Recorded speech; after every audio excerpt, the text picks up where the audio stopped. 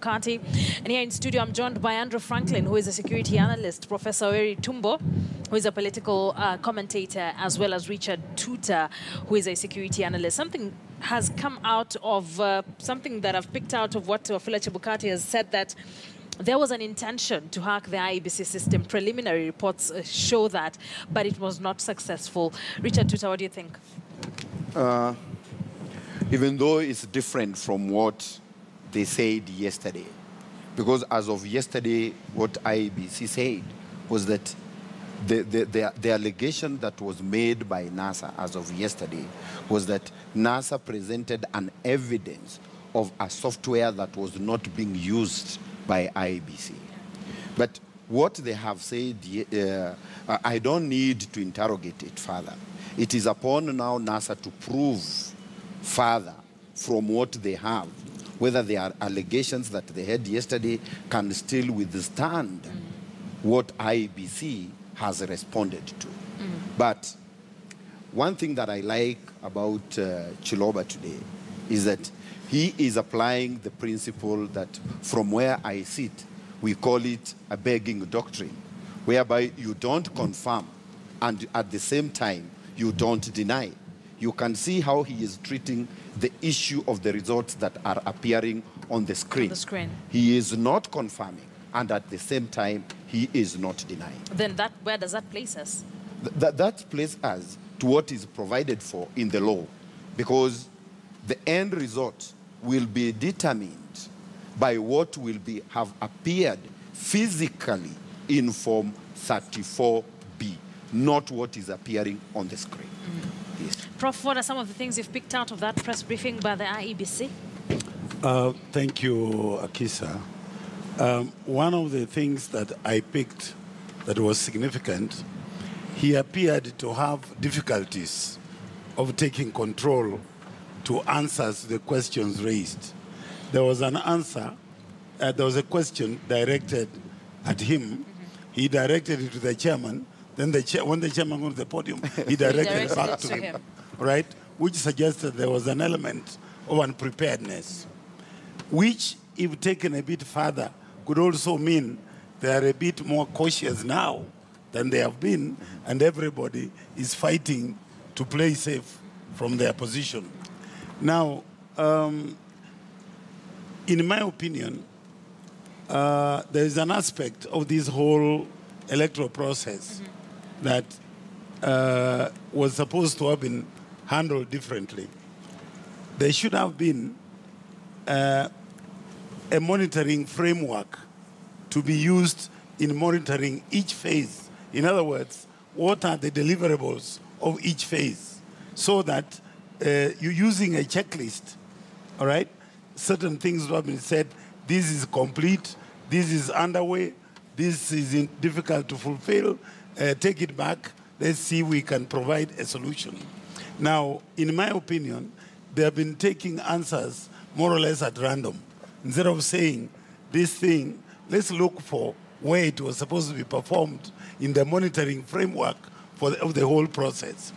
Now, if you look at very carefully, what we do in this business is that you provide a framework, and depending on the depth of the activities or on the volume of activities to be performed in each phase, then you do a weighting. There is weight given to a particular phase, and that also determines how much time you're going to spend on it, how much scrutiny you're going to undertake, and what expectations are coming out.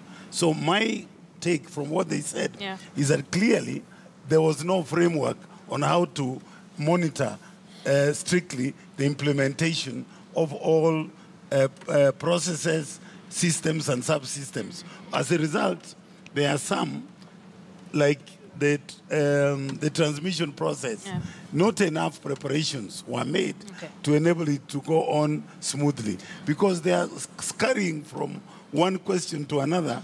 One questioner talked about fraud. He clearly avoided giving an answer to that allegation. And I thought the first thing he should have said was, as far as IEBC is concerned, there was no proven fraud with respect to this, or up to now, there hasn't been. But you know, when now when everybody is criticizing the process, it's easy to find omissions and commissions. So my call to IBC is that they shouldn't come for a briefing when they haven't taken enough time to scrutinize the issues on the table. So for you, they weren't prepared for this? No, they weren't prepared. But one yes. thing that is coming out clearly is that every time IEBC comes to a press conference, they normally come to a press conference to defend themselves. Yeah. Not even to try as much as possible to be on the offensive. And I think sometimes the strategy that the players are using, the players into this game are using, is maybe a strategy whereby they want to steer the waters in order to catch the fish. And that's why they have learned a strategy that the best thing to do with IEBC is to make sure that IEBC always is on the defensive. And the more IEBC is put onto the defensive, they are coming out more confused. Because look at what they say sometimes, and I'm very sure in the next press conference that they are going to give, they may end up again contradicting what they have just said some while ago. Andrew, do you agree with this gentleman? Well, actually, I have an entirely different take. You know, on election day, we were questioning how the 11,000 polling stations that were outside of the network would actually get their returns in. You know, we were questioning what happens under curfews. We were questioning essentially a lot of issues that had to do with people having to wander around at night to find a signal, to drive around under curfews, open late, extend hours. You know, and by yesterday, we found that the results were streaming in. Apparently, no one had any difficulties finding a network out of the 11,000 polling stations. It was a phenomenal example of everything must have worked, except that we know that if you have 11,000 cars driving around, that's very odd. Well, you know, everything worked seamlessly, it seems. There are numbers and results coming out that are rather strange and need interrogation. Mandera voted overwhelmingly, almost, what, 98% for Uhuru Kenyatta and Jubilee. Mandera has been the focus of al-Shabaab terrorism for 4 years. Everyone there voted for the government. The issue of what happened under curfew, even here in Nairobi, we're not entirely certain when polling stations and polling centers actually opened and closed, because we know that they were over at NSSF, they were voting in the rain. You know, so in other words, we have nobody's asking questions about how did all this good stuff happen. Andrew, are you doubting the credibility of the whole process? Actually, I wasn't this morning when I woke up, and the more I thought about it, yes, I am. I realized that over and above the killing of Chris Musonda, you know, we have forgotten about how 30 police trashed 1 or 2 NASA facilities. We've just forgotten that. Took away all the computers and electronic gear. We have now forgotten about how 4 foreigners who were working for NASA got deported. There's almost a blizzard of problems that have been directed at NASA over the last 2 or 3 weeks. Like the issue of the KDF, that whole issue: are they being deployed? What about this contingency plan? It's an authentic document. It's not an authentic document. Even last night, Mr. Chaloba made a very, very off-the-cuff comment that the IEBC has not received a complaint from NASA. And you remember yesterday I did say that NASA was sending the 52 pages to the IEBC because they wanted to give the IEBC a chance to do its job. And I did express some bemusement that NASA still trusted the IEBC. All right.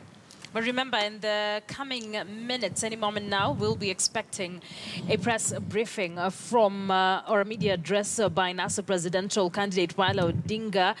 The stage has already been set for that. So once they begin making that particular address, we'll be crossing there live. Jubilee at KICC. is also expected to give a media briefing. So we will be seeing that happening in a few minutes from now, definitely reacting to some of the things that have come out of this whole election process since Kenyans went to the polls. So just be on standby. Once either of the briefings begins, we will definitely be crossing back there live. Prof, you seem to want to say something. Thank you, Akisa. While out of the studio, there are questions you find citizens asking, like, of the 34A that have arrived, how come some 34A from Nairobi have not arrived? 34A from Machakos has not arrived. 34A from Busia has not arrived.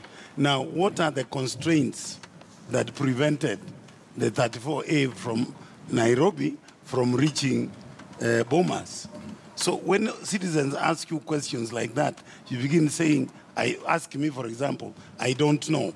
What I would have expected in order to contain, because I'm sure IEBC is receiving these reports, is to say, look, we have received so many, like now there would have been a board, say we have received so many from county Fulani, so many from particular county, so that as we go, people get a feel that there is an organized reception of the data from the field.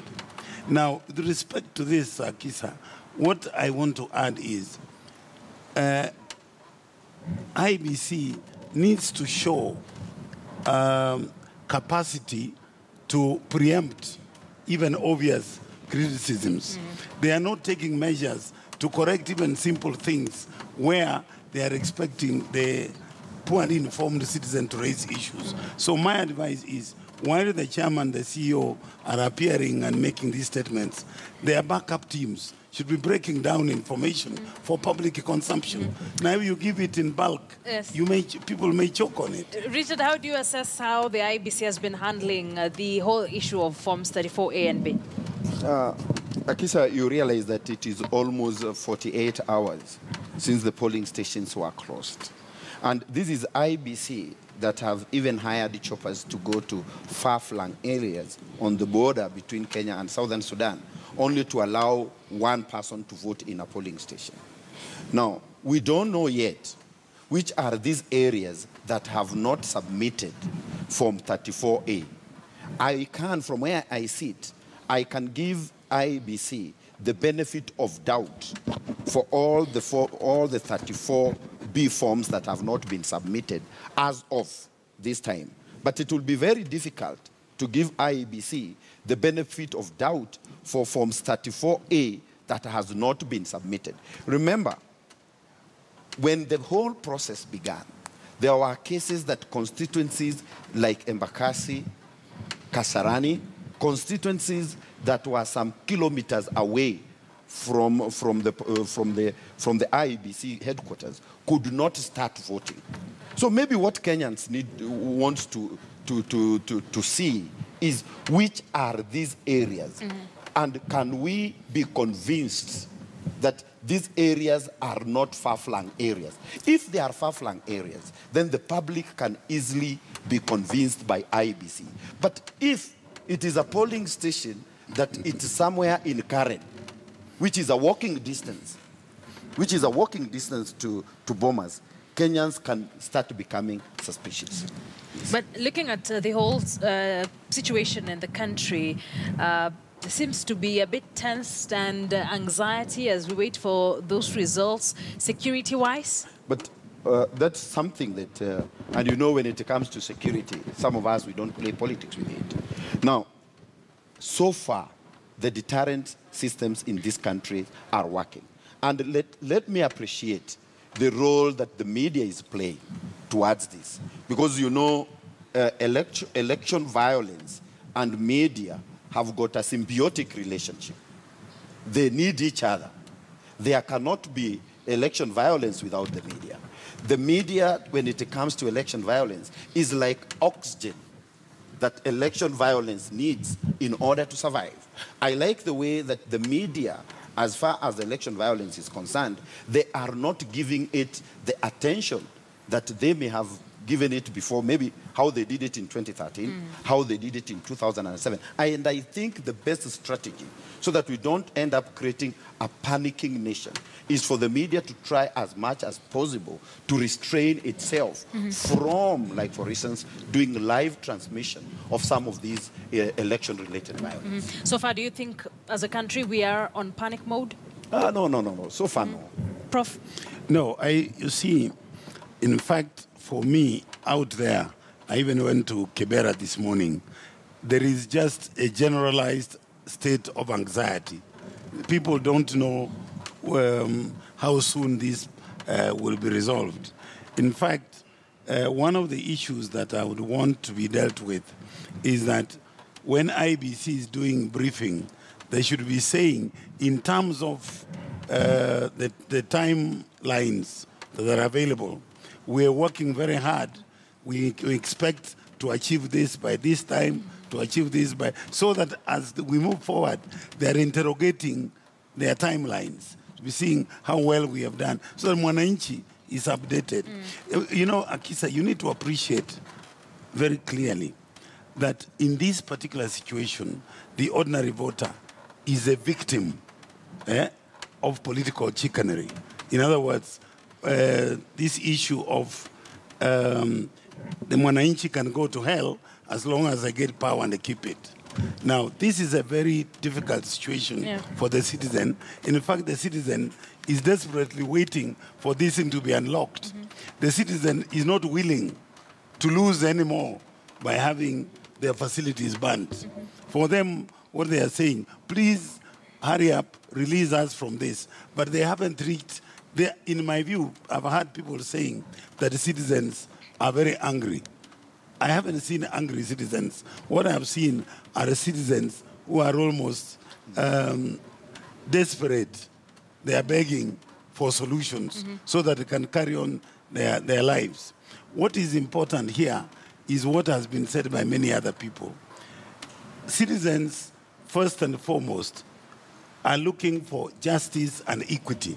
In other words, they want to feel that they are getting that which they are entitled to by the Constitution. All right. Andrew, when we were getting reports from our reporters in the morning, this city seems to be deserted, especially the CBD, begging the question whether we are just panicking or it's a matter of wait and see. How is your assessment of the whole situation so far? Well, I think that what I saw today was that police were back on patrol, their normal patrols at Lavington Shopping Mall, ABC Mall.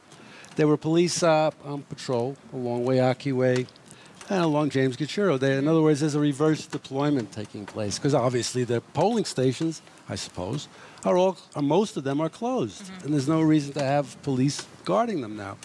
And that should be emphasized. I don't think we're in a panic mode, except that we're sort of in the dark, particularly if we blame foreign news media for publicizing something going on in Kisumu or Kisi, not giving the full story.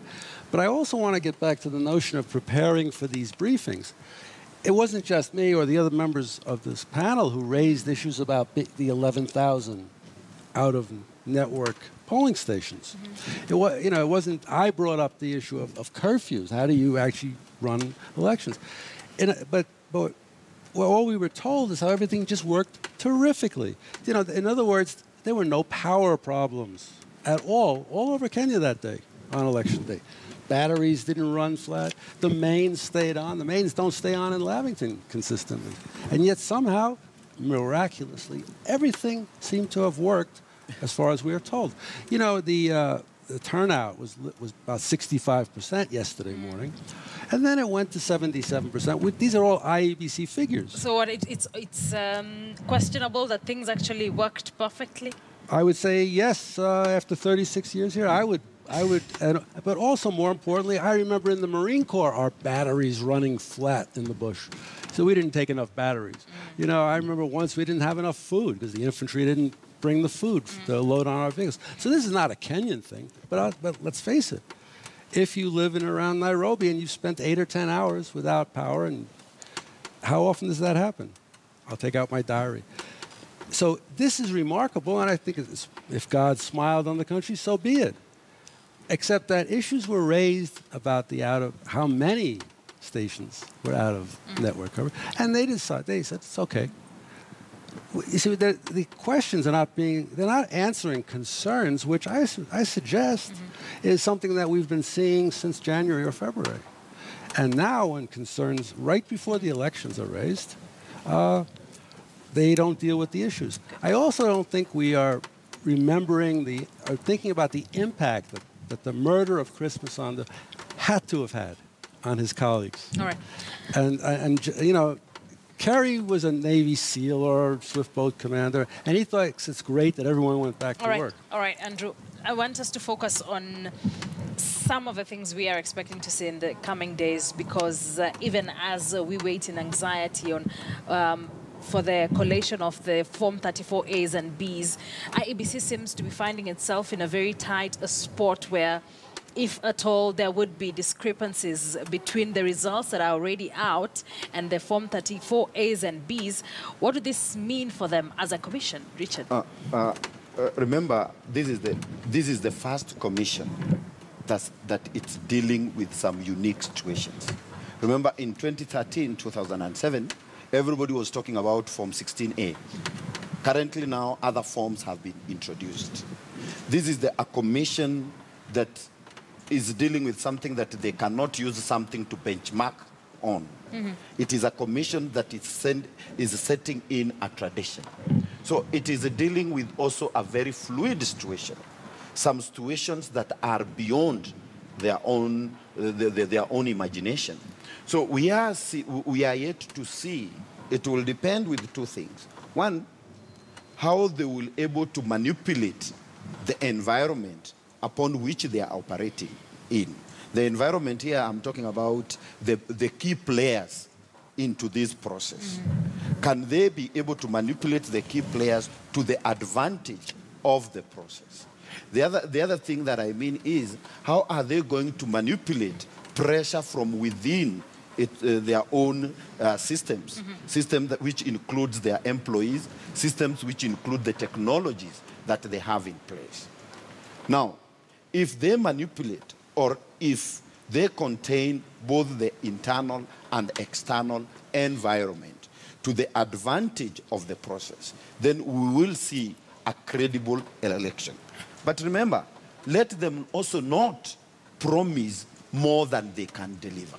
Let them prepare Kenyans that they are working towards delivering a credible election, not that they will deliver a credible election. Because the moment they make Kenyans believe that they are not going to accept nothing apart from a credible election, if there will be any small mistake, then Kenyans will doubt the entire process. All right.